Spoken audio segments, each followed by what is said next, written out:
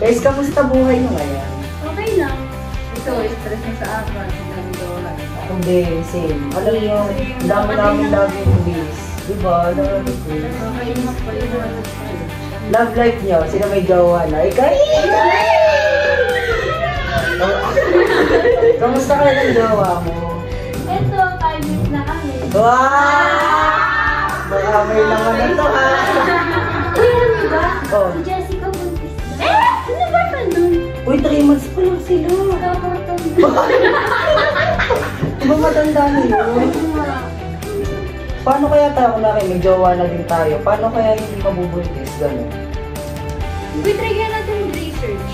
Kaya nga, yun ang mga contraceptive methods. May ganun ba? Oo, minsan ba nakatawa?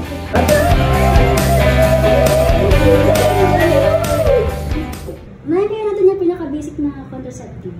Sige, try na.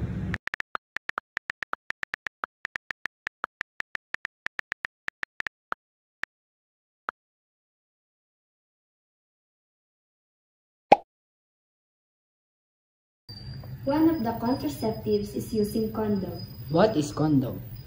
A condom is a type of protection used during sexual activity. It helps prevent unplanned pregnancy by stopping sperm from reaching the egg. It also reduces the risk of STI or sexually transmitted infections like HIV, gonorrhea, and chlamydia by acting as a barrier between partners. Condoms are easy to use, widely available, and have no hormonal side effects, making them a convenient and effective form of protection.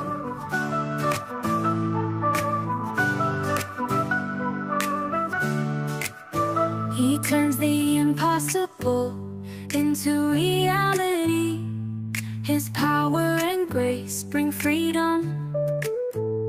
God's action transforms and makes everything better. His light illuminates, renews with His love. Great blessings come to those who never stop trusting, one day at a time, and God in them all. May the last word in my life come from God. I trust His promises, He will never fail.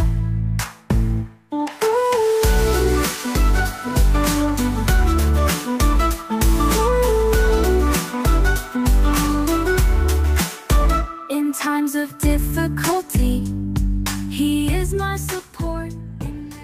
Risk of using condoms. Even though condoms are one of the safest and easiest way to prevent pregnancy and STIs, may ilang risk kapag hindi tama ang paggamit. Number 1. Condom breakage. Kapag napunit ang condom habang ginagamit, pwedeng tumaas ang chance ng unplanned pregnancy at STD transmission. Why it happens? Mali ang size, masyadong tight o masyadong masikip. Kulang sa lubricant, expired or old ang condom. Mali ang pag-open at nasabitan ng kuko or sharp objects. Number 2. Condom slippage, madulas at natatanggal. Kapag dumudulas at natatanggal, hindi nito nagagawa ang full protection. Number 3. Allergic reaction. Some people are allergic to latex causing pangangati, pamumula or discomfort. Solution. Gumamit ng non-latex condoms, polyurethane or polysoprene. Number 4. Incorrect use. Kahit gumamit ng condom, kung mali ang paglalagay, bumababa ang effectiveness. Examples ng maling paggamit. Late mag-condom, hindi agad nilalagay bago magsimula. Mali ang pag-roll, hindi pinipisil ang air sa tip, pwedeng pumutok. Number 5. Friction irritation. Pwedeng mag-cause ng pangangati o discomfort kapag kulang ang lubricant. Tip. Gumamit ng water-based or silicone-based lube. Oil-based can change damaged condoms. And last, number 6. False sense of security. Iniisip ng iba na 100% protection pero ang condoms ay about 98% effective kapag perfect ang use at 85% sa typical use. Meaning, may maliit pero real chance pa rin na ang pregnancy o STI kung hindi sila perfect ang paggamit. Pero tandaan, condom are still one of the best protections as long as tama ang paggamit. Right size, fresh, not expired, Correct placement, enough lubricant, 1 condom at a time, never double. Wala, parang ang delikado naman nun, baka mabutas. Try natin iba.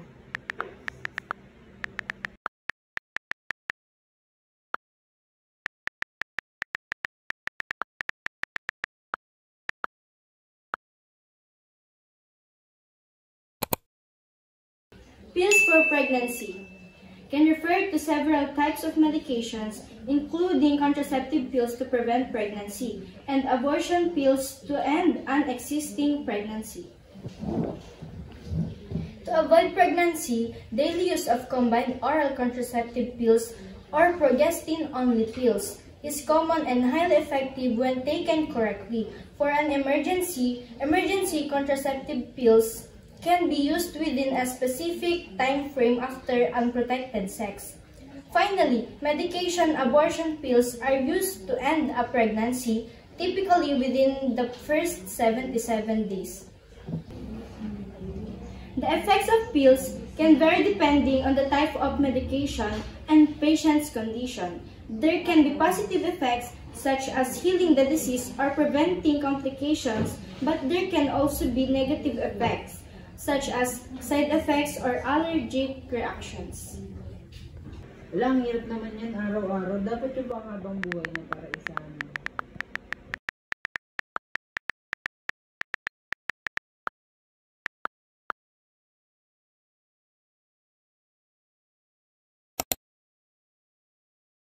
Hello everyone! Today, pag-uusapan natin ang isang topic na madalas marinig pero madalas ding hindi naiintindihan. And that is vasectomy. Yes, tama. Yung birth control method para sa men. Ready ka na? Let's go! Una, ano nga ba ang vasectomy? Ang vasectomy ay isang maliit at mabilis na surgical procedure para sa lalaki. Dito, pinuputol o sinisalihan ang vas deferens. Ito yung tube na nagdadala ng sperm mula sa testes papunta sa similia. Ano nga ba ang resulta nito? Wala ng sperm sa similia, kaya hindi na makakabuntis ang lalaki. Pero don't worry, normal pa rin ang libido, erection, at ejaculation, wala nang mababawasan. So kailan nga ba ito na-discover? Ginagamit na ang unang modernong vasectomy noong late 1800s, pero naging mas kilala at mas safe na ang contraceptive option noong 1950s hanggang 1970s. Since then, milyon-milyong lalaki na sa buong mundo ang nagpapa-vasectomy. So, how it works? So, paano ba ito gumagana? Let's watch the full video. Ever wondered how a vasectomy really works and if it's right for you? A vasectomy is a quick, safe, and effective surgical procedure for permanent male birth control. Here's how it works. The procedure is typically done under local anesthesia. You'll be awake but won't feel pain. A small incision is made in the scrotum to access the vas deferens, those tiny tubes that carry sperm from the testicles. Each vas deferens is then cut, tied, or sealed off, preventing sperm from mixing with semen when you ejaculate. This stops sperm from reaching the egg, so pregnancy can't happen. After the procedure, the small incision is closed with dissolvable stitches, or may even heal on its own without stitches. Whole procedure takes about 10 to 30 minutes. Most guys are back on their feet within a day or two with minimal discomfort. Once you're healed, a vasectomy is nearly 100% effective. Importantly, it won't affect your testosterone levels, your sex drive, or your ability to perform. The only difference is your semen won't contain sperm. Got questions? Maaari itong magkaroon ng mabuti at masamang epekto. At ito ang mabuting epekto nito. Ito ay over 99% effective. Permanent, so wala ng maintenance. Mas simple kaysa sa tubal ligation ng babae.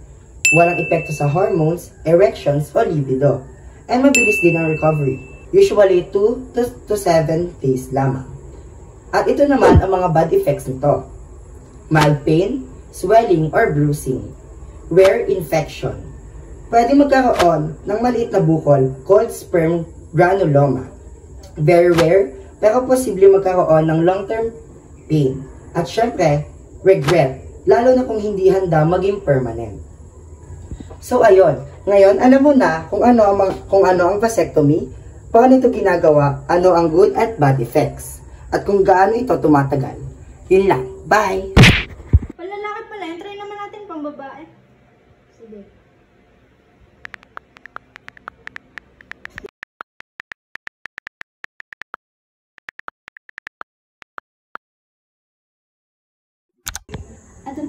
effective na way para ma-prevent ang pregnancy is ligate or ligation surgery. So ligation surgery is a surgical procedure, most commonly tubal ligation. It is used for permanent birth control by blocking the fallopian tubes to prevent eggs from being fertilized by the sperm.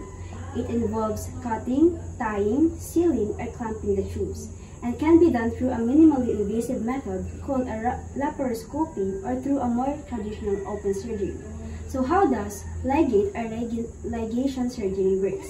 Ligation surgery is a procedure where a doctor ties off a tube, vessel, or duct in the body so that it can no longer carry fluid like blood or reproductive cells. The exact process depends on what is being ligated. So this is the general steps of how ligation surgery works. Watch this video. Have you ever wondered how a fallopian tube removal surgery is actually done and what the process involves from start to finish? This procedure involves removing one or both fallopian tubes, usually due to an ectopic pregnancy, infection, or an increased risk of cancer. It's a common procedure that helps prevent serious complications and protect reproductive health. Before the surgery, the patient is given general anesthesia, which means they are completely asleep and won't feel any pain at all during the procedure. Surgeons usually perform the operation using laparoscopy. They carefully locate the fallopian tube, seal off the surrounding blood vessels, and separate the tube from the uterus and nearby tissues. If only one tube is affected, only that one is removed, which is called a unilateral salpingectomy. Once the tube is removed, the surgical instruments are taken out, and the small incisions are closed with stitches or surgical glue. The entire procedure usually takes about 1 to 2 hours. Recovery is relatively quick. Most patients can go home the same day and gradually return to normal activities within 1 to 2 weeks, following their doctor's guidance to ensure full healing. So what are the effects of ligate or ligation surgery? Permanent infertility, no impact on hormones or menstruation, no impact on breastfeeding, possible complications, sexual health, and effect on reversal.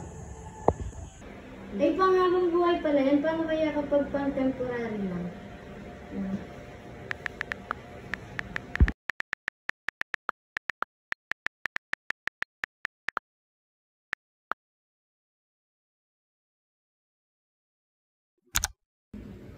Naghahanap ka ba ng contraceptive method na hindi permanente, ngunit napatunayang ligtas at epektibo?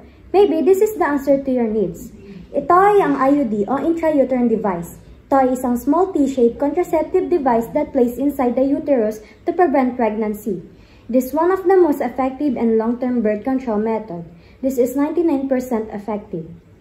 Have you ever wondered how doctors insert an intrauterine device? Let's walk through the process in a simple way. First, the doctor checks the size and position of your uterus and makes sure there are no signs of infection or pregnancy. Next, a speculum is gently inserted to open the vagina so the doctor can clearly see the cervix. The area is then cleaned with an antiseptic solution. After that, the doctor uses a special tool to hold the cervix steady and measures the depth of your uterus to make sure the IUD is placed correctly. The IUD comes preloaded in a sterile inserter. The doctor carefully guides the inserter through your cervix and into the uterus. Once it's in the right spot, the IUD is released and the inserter is slowly removed. Finally, the doctor trims the strings, leaving just a short piece visible outside the cervix. This makes it easier to remove later on. And that's it. The IUD is now in place and ready to start working as birth control. When it's time to take it out, the doctor simply pulls on the strings using a special tool. If you want to keep using an IUD, a new one can be inserted right after.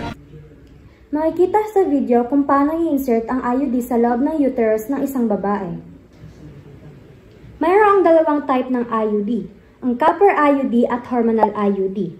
Ang copper IUD ay gumagana sa pamamagitan ng pag-release ng copper, which is toxic for sperm, and pinipigilan din ito ang implantation ng fertilized egg.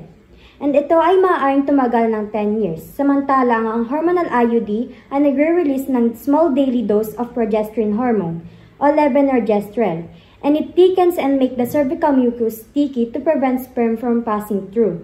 And it thins the lining of uterus, reducing the chance for pregnancy to develop. And sometimes, pinipigilan din ito ang pag-release ng egg cell. And ito naman ay naglalast for 3 to 6 years depending on its specific brand. Ito naman ang mga possible effects ng IUD. Sa copper IUD ay mas mabigat na regla, mas masakit na menstrual cramps, at mas mahabang period sa unang 3 hanggang 6 na buwan.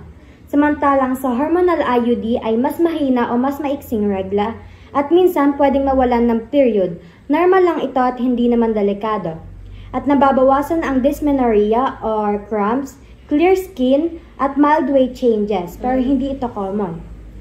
Ngunit mayroong mga nagtatanong, safe nga ba makipag-sex sa mayroong IUD?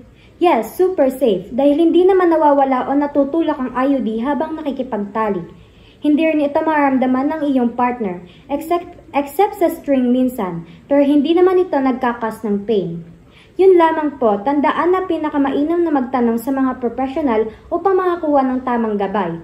Kung may katanungan, huwag mahiyang magtanong. Yun lang, tapos na. Wow!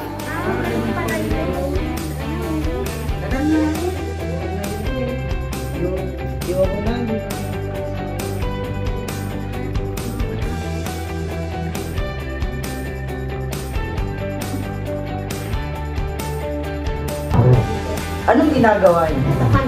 Alam ba yun? Legat na lang yan. Maaari itong magkaroon ng mga epekto. Meron itong masama. Maaari itong magkaroon. Ngunit mayroong mga nagtatanong.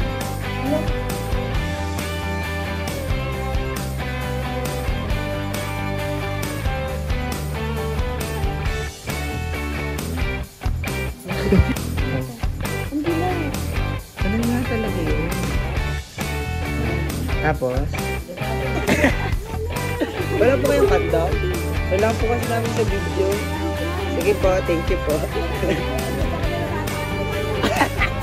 Naan nyo na lang naman. Naan nyo na lang. Hindi nga pong pamilya. Naan po kayo? Trust nga po. Kondom nga po. Kondom po. Kondom po. Trust po. Hindi, ano po, sa video lang po to. Hindi po